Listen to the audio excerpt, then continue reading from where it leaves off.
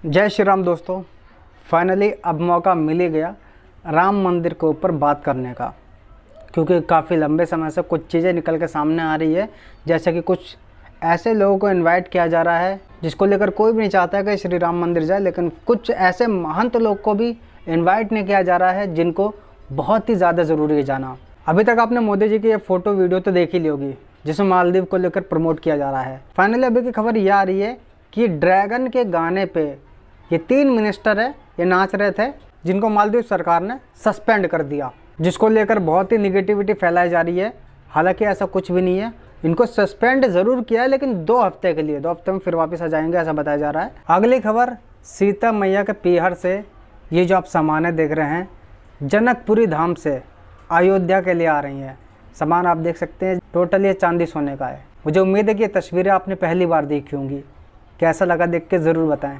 आप देख रहे होंगे, सुन रहे होंगे कि जब से राम मंदिर बन रहा है तब से अधिकतर मुस्लिम लोग यही कह रहे हैं कि ये मंदिर टिकने वाला नहीं है, कुछ समय का मेहमान है, जब सरकार जाएगी तो हम दोबारा से तोड़ के मस्जिद बना देंगे। ऐसे कई लोग के आपने बयान देखोगे, चाहे कोई बड़े एज का मंत्री हो या कोई भी हो या फिर एक नॉर्मल बच्चा ही क्यों ना हो, सब लोग अधिकतर यही कह रहे हैं कि मंदिर हम तोड़ेंगे, मंदिर तोड़ के मस्जिद ही बनाई जाएगी। तो सबको खुश करना, देश में कोई भी कार्य ऐसा नहीं है, कोई भी कार्य नहीं है जिसको कोई करे और सारे खुश हो जाएं, ऐसा हो ही नहीं सकता, चाहे कितने अच्छा कार्य हो। रामायण आपने देखे तो आप जानते होंगे, जब सीता माता वापस आते हैं महल के लिए तब वहाँ के कुछ लोग सीता माता पे सवाल उठाते हैं। तो जब उस समय सीता माता पे सवाल उठाए जा सकते हैं तो आज के लोगों की क्या गिनती करना। अब जो मैं बातें आगे बताने जा रहा हूँ उसके लिए पहले ही माफ़ी चाहूँगा कि देखिए, मैं सबसे पहली बात तो धर्म का इतना बड़ा ज्ञानी नहीं हूँ, ना मुझे इतना कुछ मालूम है। बस छोटे मोटे जो नॉर्मल इंसान सवाल पूछते हैं केवल वही मेरा अधिकार है, उतना ही मैं करूँगा और कुछ भी नहीं। सबसे पहले आप बताइए, क्या जो ढांचा गिराया गया था ये सही गिराया गया था या गलत गिराया गया था? अधिकतर लोग 90.9% लोग यही कहेंगे कि सही गिराया, लेकिन श्री अभिमुक्तेश्वरानंद स्वामी जी का ये कहना है कि ये जो ढांचा गिराया गया था ये गलत गिराया गया था, जो जैसा था उसको वैसे ही रहने देना चाहिए था। इनके इस बयान पे मैं कुछ नहीं कहूँगा, आपकी खुली छूट है, आप कुछ भी बोल सकते हैं। श्री शंकराचार्य निश्चलानंद सरस्वती स्वामी जी का ये कहना है कि हम राम मंदिर नहीं जाएंगे, क्या हम राम मंदिर जाएंगे तो क्या ताली बजाएंगे, वो प्राण प्रतिष्ठा कराएंगे, हम क्या वहाँ बैठे बैठे देखेंगे? बिल्कुल सही बात है, इस चीज़ के लिए मैं भी आपके साथ हूँ और बाकी जितने भी सनातनी हैं मुझे उम्मीद है कि आपके साथ भी होंगे। साथ में आपका ये भी कहना है कि मुझे किसी तरीके से इनवाइट नहीं किया गया, केवल कोई एक व्यक्ति आया था जो कह रहा था कि आ जाना राम मंदिर, बाकी जो आपके साथी हैं उनको लेकर के आ जाना। अगर इस तरीके से इन्वाइट किया गया तो भैया मैं भी विरोध करता हूँ, सारे सनातनी ही विरोध करेंगे इस चीज़ का कि ये जो चीज़ें बोली गई, जिस तरीके से इन्वाइट किया गया, बहुत ज़्यादा गलत है, बहुत ज़्यादा गलत है, ऐसा होना ही नहीं चाहिए था। मुझे ऐसा लगता है कि किसी भी मंदिर में, किसी भी मूर्ति में प्राण प्रतिष्ठा का अधिकार या गर्भगृह में प्रवेश का अधिकार किसी ऐसे ही व्यक्ति को, ऐसे ही महंत को होता है जो स्पेशल हो, जो धर्म के बारे में हर एक चीज़ की नॉलेज रखता हो, ज्ञान रखता हो, तो उस चीज़ के लिए खुला सपोर्ट है। बिल्कुल सही बात है कि आपका अधिकार है, आपको ही मिलना चाहिए ये। लेकिन और जो भी शंकराचार्य हैं, क्या आपको ऐसा लगता है कि वो इस चीज़ का विरोध नहीं करेंगे? अब ये सवाल केवल मेरा आप पे है, क्योंकि सभी लोग को ऐसा लगता है कि मैं महान हूँ, मैं महान हूँ। अगर आपको नहीं मालूम है या फिर जो भी हिंदुवादी, मैं केवल उनको बताना चाहता हूँ कि हम सभी लोग जानते हैं कि पंडित धीरेन्द्र कृष्ण शास्त्री जी महाराज किस तरीके से लोगों के दुखों को दूर करते हैं, किस तरीके से जो उनके दिमाग में जो चीज़ें हैं आने वाले फ्यूचर, तो उसको वो खुद भी नहीं कहते हैं। अगर वो खुद भी नहीं कहते तो मैं भी नहीं कह सकता हूँ, फिर भी अधिकतर भक्तगण फ्यूचर ही कहते हैं कि अब अगला कौन आने वाला है, क्या नाम है उसका, क्या बीमारी, कहाँ से आए, ये सारा कुछ उनको पहले ही एडवांस में मालूम चल जाता है और वो लिख के भी रख देते हैं, जो कि बिना सिद्धि का नहीं किया जा सकता। और ये सिद्धि आप कह सकते हैं कि भेंट के तौर में इनको मिली है। तो जब ये संदेश इन तक पहुँचता है तो ये कहते हैं कि अगर ऐसा कुछ होता है तो हमारे जो मंदिर में जो दीवारें, दरारें आ रही हैं, इनको ढक दें, उनको ढक दें। तो अब ये प्रश्न मेरा आप पे है कि क्या आप ऐसा बोल करके श्री बालाजी महाराज पे प्रश्न नहीं उठा रहे हैं? क्योंकि आज तक इनको कोई भी ना एक्सपोज कर पाया है, ना कोई एक्सपोज कर पाएगा। तो मतलब क्या है मेरा कि सबको खुश करना इतना आसान नहीं है। अब दोबारा से आते प्राण प्रतिष्ठा को लेकर जो प्रश्न खड़े हो रहे थे। सनातन परंपराएं में कई ऐसी चीज़ें हैं जो कि अलग अलग प्रकार की हैं। तो मोदी जी जो प्राण प्रतिष्ठा करवाने वाले हैं वो केवल एक व्यक्तिगत के तौर पर नहीं, वो एक राष्ट्रीय अध्यक्ष के रूप में ही कर रहे हैं। लेकिन हाँ, इसमें ज़रूर विचार किया जा सकता है कि राष्ट्रीय अध्यक्ष के रूप में क्या मोदी जी इस कार्य के लायक हैं या नहीं। लेकिन जब तक वो राष्ट्रीय अध्यक्ष हैं तब तक तो इनका अधिकार भी है, कर्तव्य भी है। तो मुझे ऐसा लगता है कि छोटों को माफ़ करते हुए आपको आगे बढ़ना चाहिए। इतने बड़े भव्य जो मंदिर बना है इसमें आपको सम्मिलित होना ही चाहिए। बाकी कुछ लोग के विचार जो हैं ये मैं आपको बता देता हूँ, कमेंट के माध्यम से आए थे। एक का कहना है कि धर्मगुरु होने के नाते जब राम मंदिर पर गवाही देना था तब तो कोई भी शंकराचार्य नहीं आए थे, ये लोगों के प्रश्न है। इसके बाद शंकराचार्य का पद सर्वोच्च है, किंतु वर्तमान की वास्तविकता को भी ध्यान में रखकर ही निर्णय होना चाहिए। अगला कमेंट, अगर शंकराचार्य अपना कार्य ढंग से करते तो ईसाई एवं इस्लामिकरण भारत में इतना विकट रूप ना ले पाता। अगला कमेंट, अहंकार पर विजय प्राप्त करना शंकराचार्य के लिए ज़्यादा कठिन है क्योंकि उनको अपने पद के साथ साथ ज्ञान का भी अहंकार होता है। बाकी मुझे नहीं मालूम कि और जितने महंत लोग या जितने भी शंकराचार्य हैं उन्होंने राम मंदिर के लिए अभी तक क्या कार्य किया है या नहीं किया है। मुझे ऐसा लगता है कि मुझसे बेहतर आप बहुत अच्छे से जानते हैं।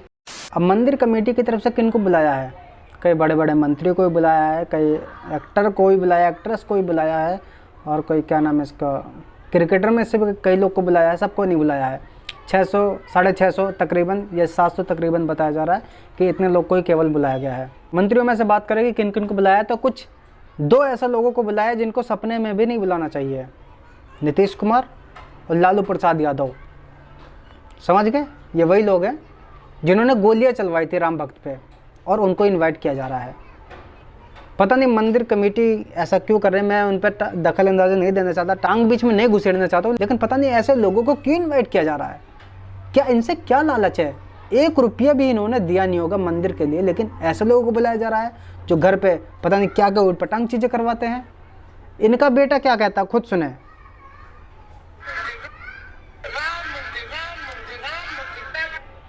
ये आपको कल सुनाया था, फिर सुनिए इसको।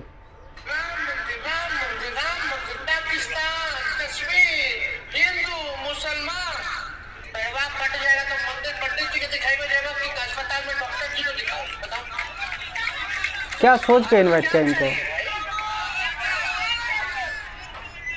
भूख लगेगा तो मंदिर जाइएगा, ये देखो वहाँ तो ताने देना पड़ता। ऐसा लोगों को बुलाया जा रहा है जो कह रहा है भूख लगेगा तो क्या मंदिर में जाओगे, वहाँ तो पैसा ही देना पड़ता है, दान ही देना पड़ता है। क्यों ऐसे लोगों को बुलाया गया है? चलो क्रिकेटर में से जिनको भी बुलाया अच्छी बात है, किसी ने भी सनातन का विरोध नहीं किया है, लेकिन बॉलीवुड में से अक्षय कुमार को बुला लिया। अक्षय कुमार ये वही बंदा है जिसने बोला था शिवलिंग पर दूध चढ़ाना वेस्टेज है, गरीबों में बांट दो। आज इसको बुलाया जा रहा है। चलो ठीक है कि अब विरोध नहीं कर रहा, पहले विरोध कर रहा था, मंदिर मंदिर जा रहा है, अपनी फिल्मों को प्रमोट करने के लिए जाता है, लेकिन चलो एक बार को मान लेते हैं। लेकिन इनको क्यों बुला लिया? जो खुद कहता है कि मुझे गाय का मीट खाना पसंद है, जो गाय के मीट को प्रमोट करता है, क्या सोच के इसको बुलाया है? आलिया, जिसको ये तक नहीं मालूम कि प्राइम मिनिस्टर का नाम क्या है, इनको बुला लिया। अरे राम मंदिर के लिए तो भैया उनको बुलाना चाहिए ना जो सच में दिल में कुछ रखते हैं, रत्ती भर कुछ रखते हैं, उनको बुलाना चाहिए। इनको बुलाया है जो गाय के मीट को प्रमोट करता है। अभी हाल ही में जब अल्कोहल मिला रहा था केक में, आग जलाते हुए जय माता के नारे लगा रहा है, जिस पे शिकायत भी दर्ज करवाई थी। क्या सोच के ऐसे लोगों को इन्वाइट किया जा रहा है? क्या मंदिर की पवित्रता स्टार्टिंग से खराब करनी है?